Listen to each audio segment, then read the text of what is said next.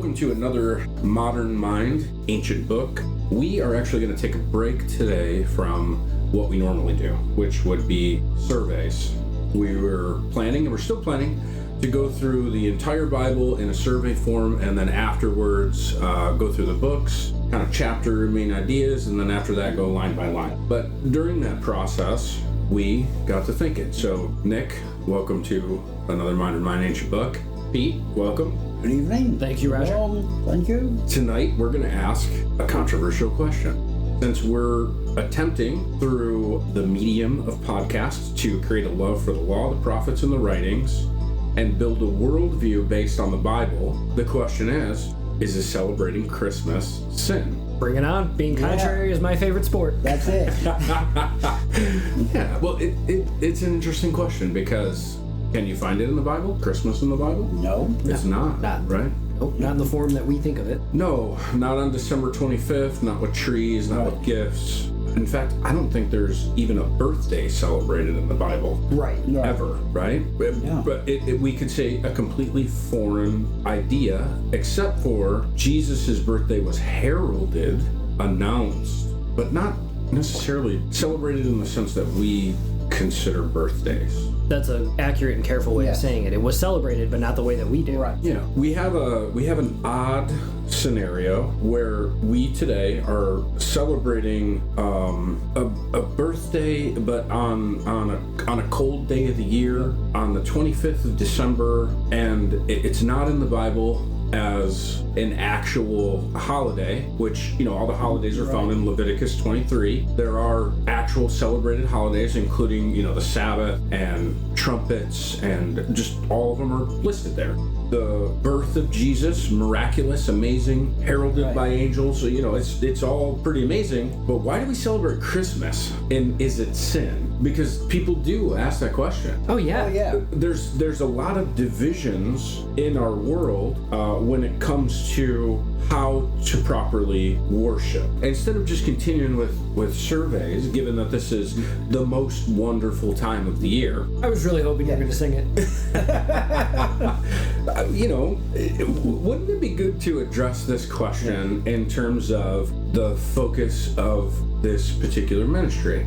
Finding a love for the law, the prophets, and the writings. So how do we determine if it's biblical, if it's sin, if it's not sin, if it's good, if it's bad in general? Is it permissible? All that kind of thing. And so that would be the focus of this podcast. Right. So thank you for joining us. If you'd like to contact us, the email is modernmindancientbook@gmail.com. We would love to discuss this or any other subject with you. We appreciate you. We're thankful for you. Thanks for listening. We're going to start in Luke, the Gospel of Luke, chapter 2, mostly because it is the least. It doesn't have all the rabbit holes. It's a pretty straightforward story. It says, it's titled Jesus' Birth in Bethlehem. Now in these days, a decree went out from Caesar Augustus that a census would be taken of all of the inhabited earth. This was the first census taken while Quirinius was governor of Syria, and everyone was on his way to register for the census, each to his own city.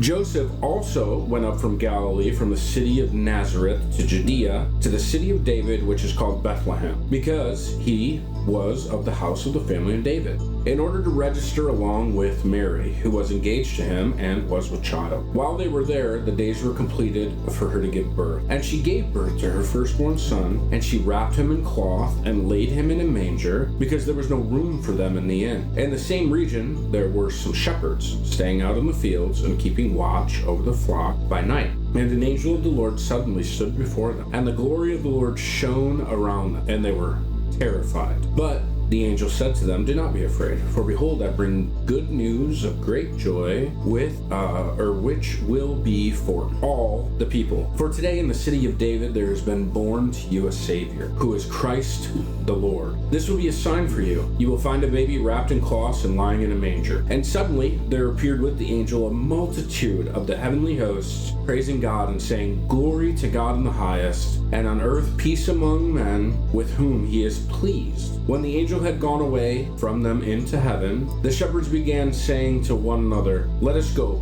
straight to Bethlehem and see this thing that has happened. The Lord has made known to us. So they came in a hurry and found their way to Mary and Joseph and the baby as he lay in the manger. When they had seen this, they made known the statement which had been told to them about the child. And all who heard it wondered at these things which were told them by the shepherds. But Mary treasured all these things, pondering them in her heart. The shepherds went back, glorifying, praising God for all that they had heard and seen, just as had been told to them. And this is, we're going to go just a little bit more just for effect. And when 8 days had passed before his circumcision, his name was then called Jesus, the name given by the angel before he was conceived in the womb. And when the days for their purification according to the law of Moses was completed, they brought him up to Jerusalem to present him to the Lord. As it is written in the law of the Lord, every firstborn male that opens the womb shall be called holy to the Lord, and to offer a sacrifice according to what was said in the law of the Lord, a pair of turtle doves or 2 young pigeons. And there was a man in Jerusalem whose name was Simeon, and this man was righteous and devout, looking for the consolation of Israel, and the Holy Spirit was upon him. And it's been revealed to him by the Holy Spirit that he would not see death before he had seen the Lord's Christ. And he came in the Spirit into the temple, and when the parents brought in the child Jesus to carry out for him the custom of the law, then he took him into his arms and blessed God and said, Now, Lord, you are releasing your bondservant to depart in peace, according to your words. For my eyes have seen your salvation, which you have prepared in the presence of all the people, a light of revelation to the Gentiles, and the glory of your people, Israel. A light to the Gentiles. Christmas, totally justified. Right. Like to the Gentiles. He was born at night. Yep. Right? So, obviously, it was the night of Christmas, December 25th. Am I wrong? Am I wrong? Right. Well, we don't know if it was December 25th, but it was night. So that's what we can gather from it, Yeah. though, right? So was it December 25th? That didn't say that. Yep. And it did say that he would be a light to the Gentiles. Sounds really Jewish. Oh yeah, they were completing the law the 8th day and Yeah. making the sacrifice, and they were looking for, when you said the Lord's Christ, but I'm reading a slightly different version. It said the Messiah, The Messiah. one they were waiting for. Yeah, we'll go do some snippets from the Complete Jewish Bible, which is much more Jewish. This was written in Greek because it's a New Testament document. So there's a couple observations. So let's go back to how we would determine whether something is valid. Right. Whether an idea, a tradition in this case, is the way to do things. We would use a historical, grammatical method. We would look at the people, the place, the time, the original writer, and the original recipients. And how did they believe? What did they know? Why did they know what they knew? How did they express that? And then we would look at the grammar itself and determine if it said on December 25th, in the night, Jesus was born. And so we can pretty conclusively say that's not in the text. Right. Because, well, for one, they don't have December. It's it's the month of Kislev, I think, if I got it right. So You got a better shot than I do. yeah. so it's safe to say that we do have a very different worldview expressed in the scripture right now. Right. It is not the worldview of a Gentile. It's a different worldview. It's important then that we consider what it is that Luke, in this case, was trying to do. If we want to do that, we could go back to chapter 1, right at the beginning of this. It is titled and delivered to probably a higher official. Yes. Or at least somebody of prominence. But the word or the title or who it's given to, Theophilus, it's a compound Greek word, Theophilus, of God, the lover of God, follower, the adherent. And this is what it says. Inasmuch as many have undertaken to compile account of these things accomplished among us, just as they were handed down to us by those who from the beginning were eyewitnesses and servants, it seems fitting for me as well, having investigated everything carefully from the beginning, to write it to you in consecutive order, because Theophilus is you. You're Theophilus, Nick. You're Theophilus. Yeah. We lovers of God, right? But most excellent Theophilus. This is some official. That you may know the exact truth for with the things of what you have been taught. This is specifically about teaching the exact truth, which is the reason why we chose Luke, because we have a truth claim now. The question is whether or not Christmas is sin to celebrate. So now we know that we're dealing with a truth claim on behalf of Luke, that he has ordered, collected, investigated the truth. And he does say there chronological order, which is not a mindset of the Jewish population at that time. Luke, his character is slightly different from the other gospel writers in that he was a doctor, Greek or Roman trained, much more Western mind, which is exactly the reason why we, again, chose this. Because this is an ancient book, but this is the expression of a more modern mind. When you get to Matthew, it is a lot harder for me to teach. I have to do a lot of rabbit holes. I have to go back to the law a lot. I have to go back to a lot of prophets. Luke's like, well, here it is. It's laid out.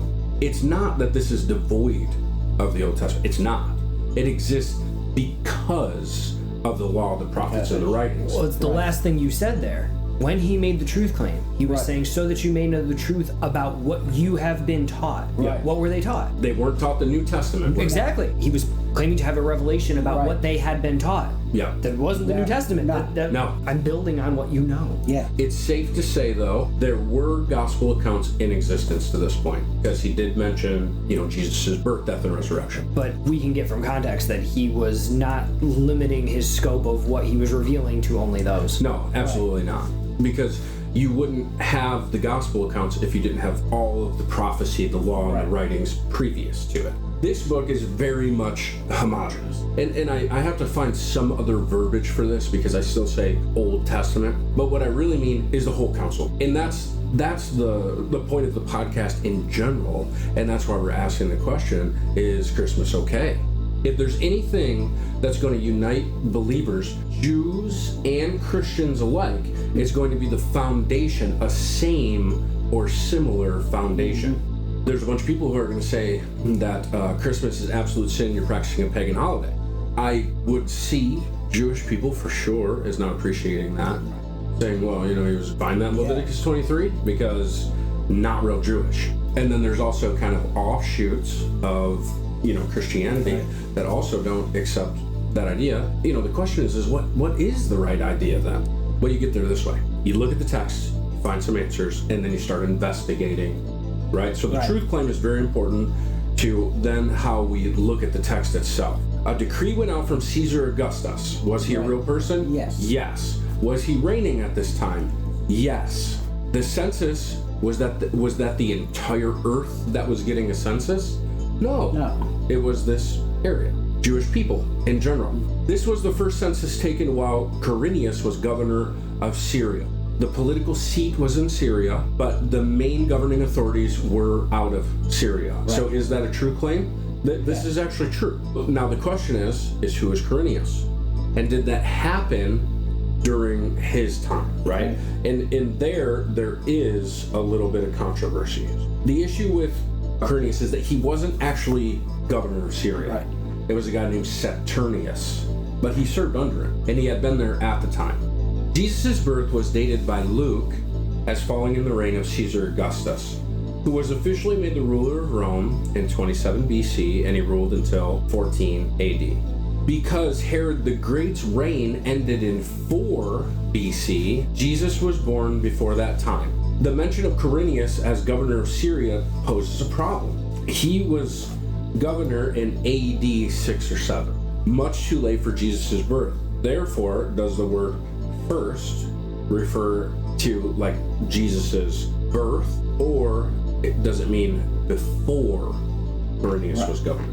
And it can be translated either way, but it doesn't really matter because the rest of the text is pretty good. And I've thought about this now for a few days. I'm not going to nitpick on this for a number of reasons. First, I don't always get stuff right. That's exactly what I was thinking. Yeah. I know George Washington was the first president, and I would probably tie him to things if you asked me that maybe he didn't actually do, just because I feel like that would be appropriate. And Quirinius was in the area also as like a lower part of the government. There could be a couple options. It could be that he had done it beforehand, he was the governor, and then he wasn't.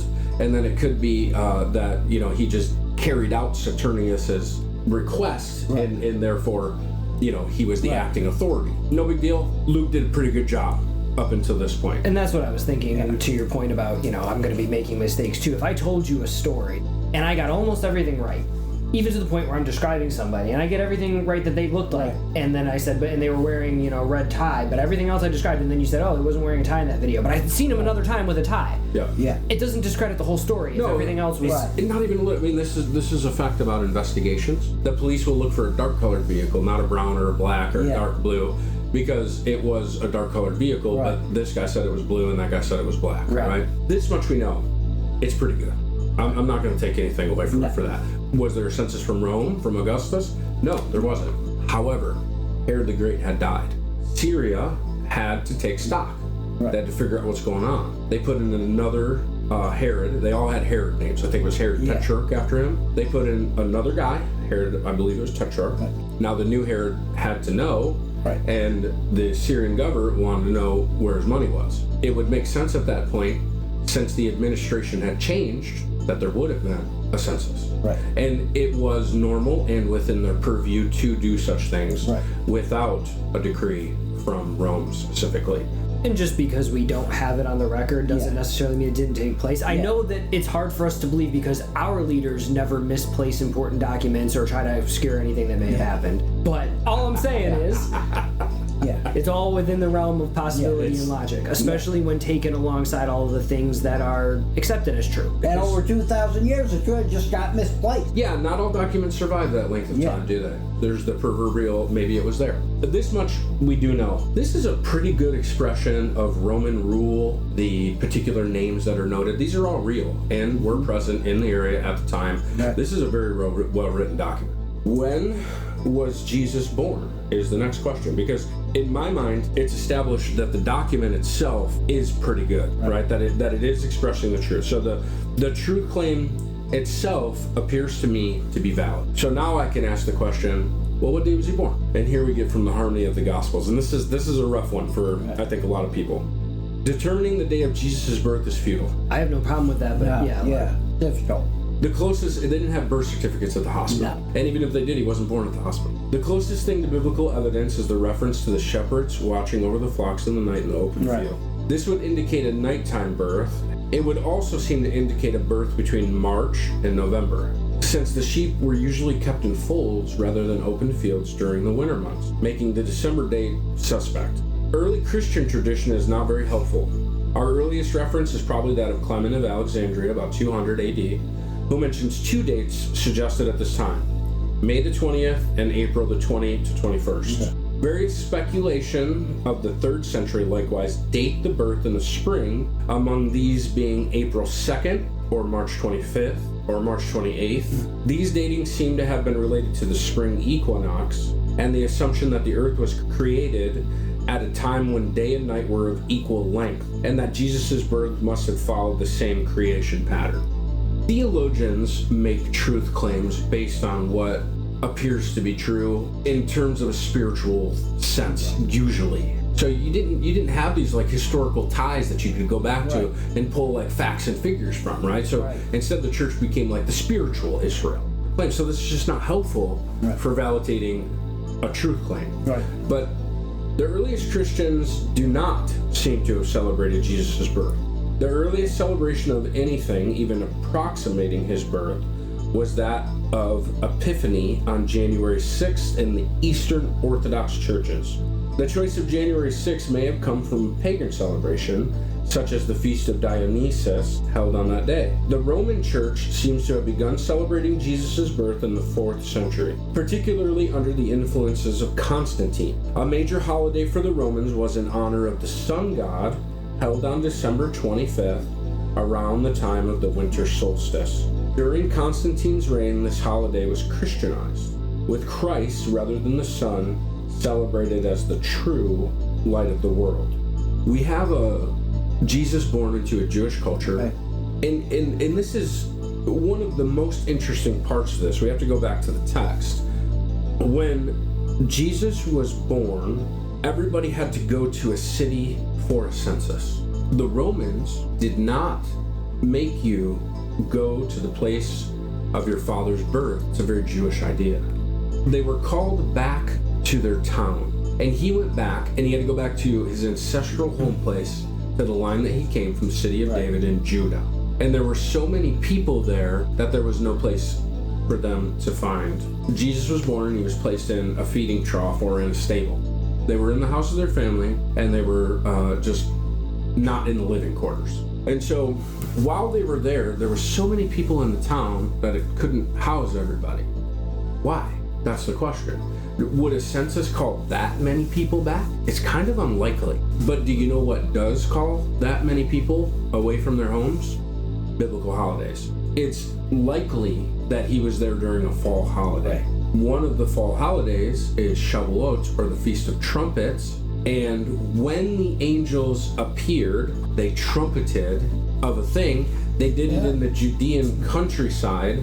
And in the Judean countryside is also where Jewish people expect the Messiah to be trumpeted.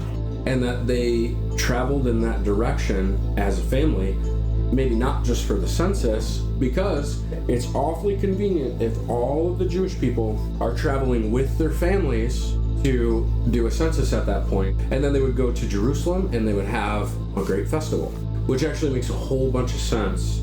If there was a biblical or prophetic timeline, that would be the perfect timeline. Yeah.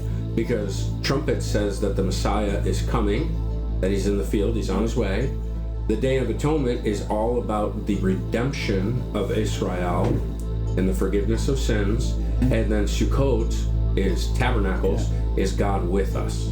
I like that because it gives me a biblical base. And you're thinking like those scholars. Yeah. Right. Spiritually, poetically, it fits nicely there. And you're fitting it right into the construct, which is the Bible. Also, though, from a worldview, that was at a time when it wasn't either planting or harvesting. You didn't send the people. Yeah, nobody's busy. It's a time of festivals when everybody's going to be traveling together anyways.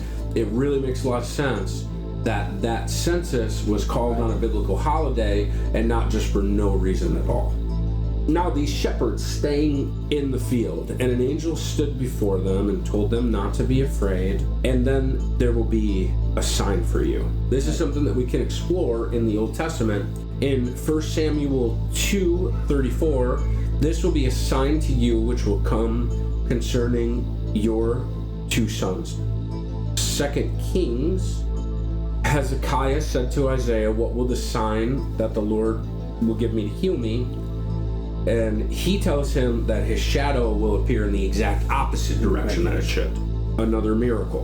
And then the last one is Isaiah 7:11, asking a sign for yourself from the Lord. And this is the godly king Ahaz. And make it as deep as Sheol or as high as heaven. It continues that motif of God gives miraculous signs. There are things that happen in the world that could not happen otherwise, except for if God was present, active, moving. And Jesus' birth is clearly one of those things as we understand it. We don't celebrate the waters parting and crossing through miraculously. We don't celebrate the firstborn of Pharaoh and anybody who didn't put the blood on their doorpost dying. It's not our history. We don't have 3,500 years of that. So when we go through this book and we look at it, we go, I want to believe, if you're faithful, I want to believe it, I do. If you're not faithful, and you have a Western mind, if you have a modern mind, then yeah, right. It's fanciful stuff, it's cool. And that's fine. If you're that person, that's fine. But this is cool because this is a good rabbit trail for us to go on. So we've identified that Luke made a true claim to some official, and then that he rightly identified the region, the area, the rulers, the people who were present, and that, if these people were in the field, they weren't there on December 25th, fine, doesn't matter, right? Because all we're trying to do is we're trying to place ourselves into what is most likely, most probable, the truest thing. Now the question is Jesus this prophesied thing? Is this the sign? If you go to Isaiah and it says, ask a sign for yourself from the Lord your God, make it as deep as Sheol or as high as the heavens, the waters above the vault of the sky. But Ahaz said, I will not ask, nor will I test the Lord. Then Isaiah said, listen now, O house of David, is it too slight a thing for you to try the patience of men that you will try the patience of my God. Therefore, the Lord himself will give you a sign. Behold, a young woman, will be with child and bear a son, and she will call his name Emmanuel. He will eat curds and honey at the time he knows enough to refuse evil and choose good. For before the boy will know enough to refuse evil and choose good, the land whose two kings you dread will be forsaken. A little bit before this, Isaiah has a miraculous vision where he is in the presence of God. Right. People, commentators, Jewish folk, Talmud, Midrashim, skeptics, they will say, of course, a woman will be a child and have a son. So, what do the words actually mean, right? Like, what's the point of making a statement like that if it's just a normal thing? Is that a sign as high as the heavens and as low as where the dead go? No, it's not miraculous at all. Is it Josiah?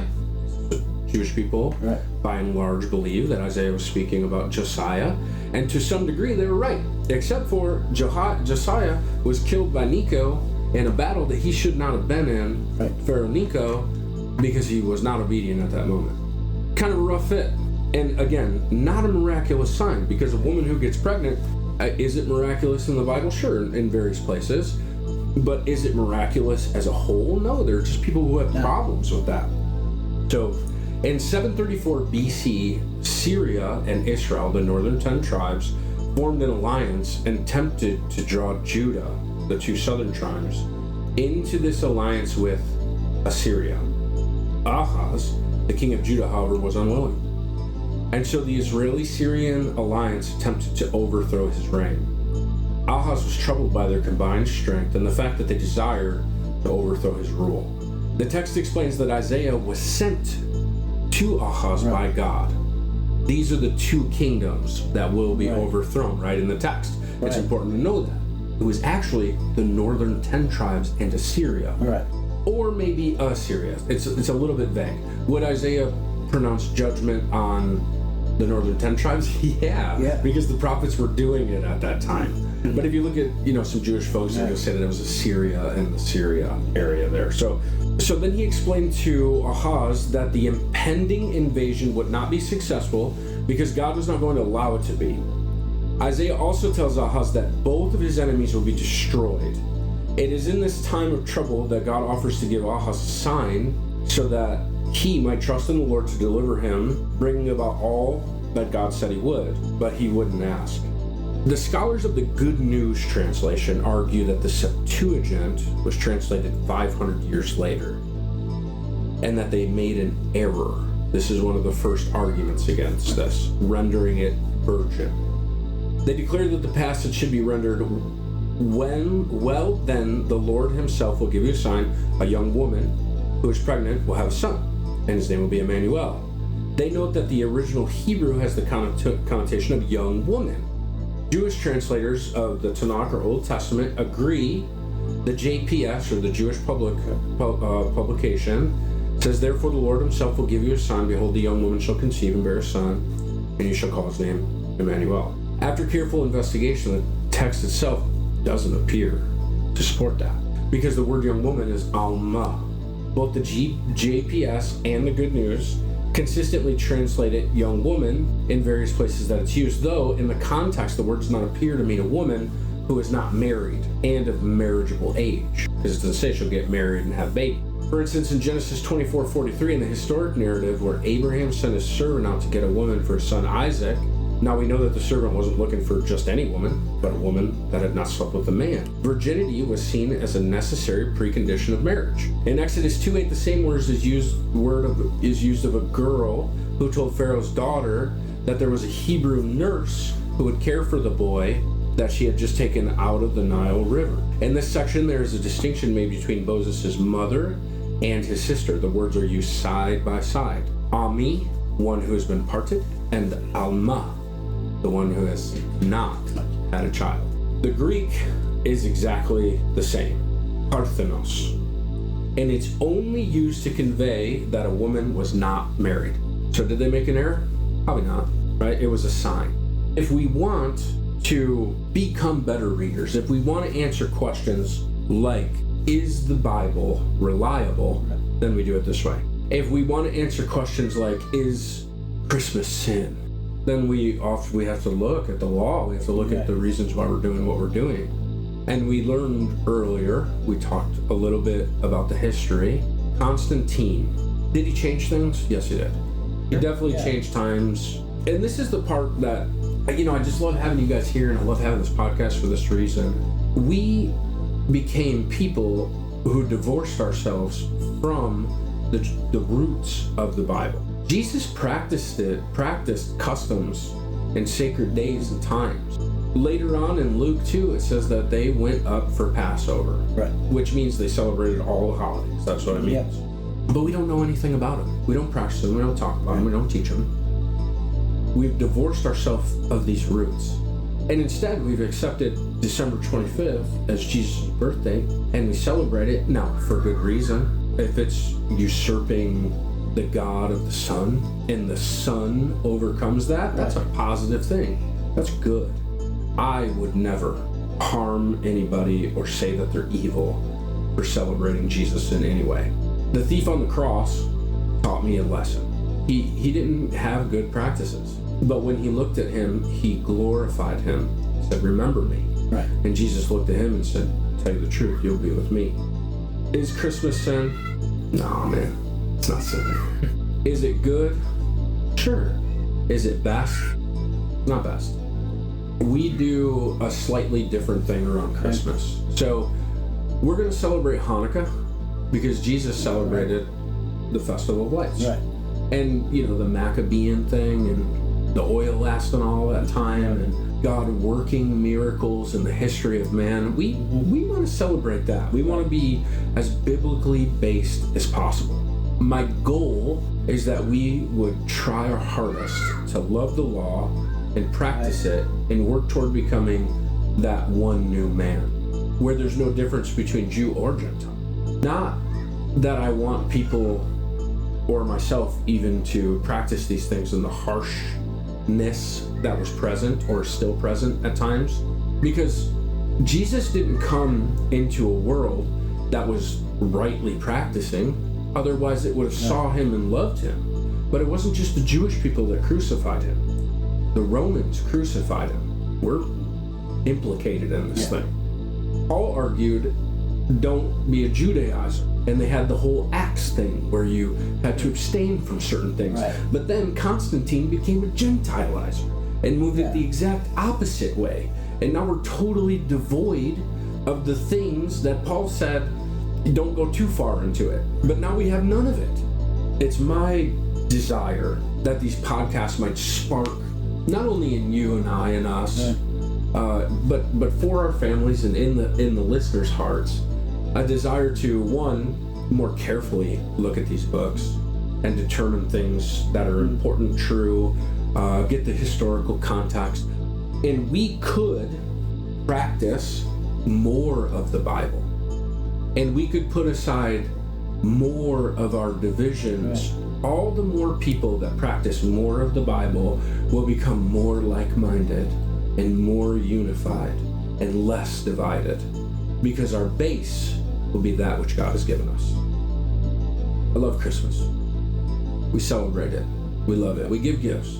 We put up a tent because God tabernacled with us. And we put the gifts inside the tent because the gifts were inside the tent. And we do put up lights because He's the light of the world. And I certainly love my Christian brothers and sisters who celebrate, and I got no problem with you. It's not sin. But on the other side of that, I would love to celebrate a holiday that would bring a Jewish man and a Gentile man together in the name of Jesus without any sort of division, because our desire is to practice the Bible. I would love to celebrate this with Seventh-day Adventists. I would love to celebrate Shabbat with Catholics. I would love to do all these things in the name of God forming our worldview through careful study and acceptance of what we study versus acceptance of traditions.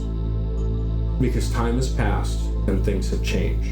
And that is true about Christmas.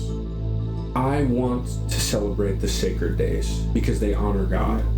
That being said, if you've listened to this point, we would like to issue you a challenge.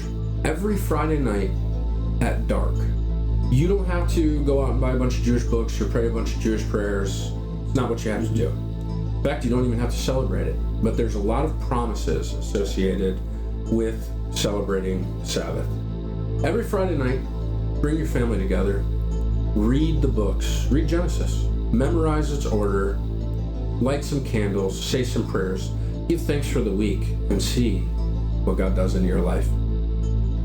Thank you for joining us. We have enjoyed this time with you. Pete, Nick, thank you for joining us.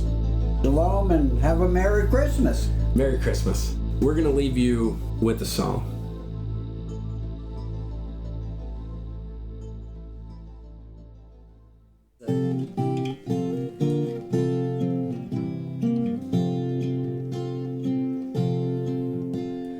Angels from the realms of glory wing your flight o'er all the earth. Ye who sang creation's story now proclaim Messiah's birth.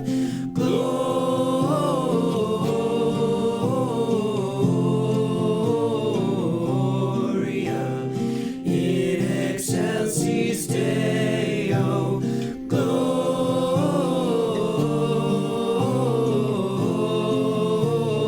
Gloria in excelsis Deo.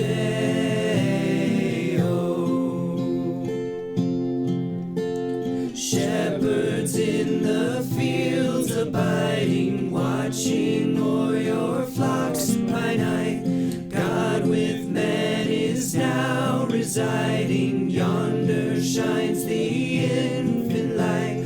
Gloria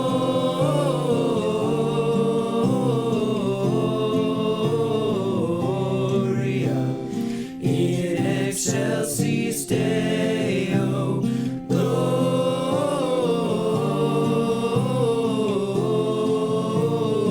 Gloria in excelsis Deo.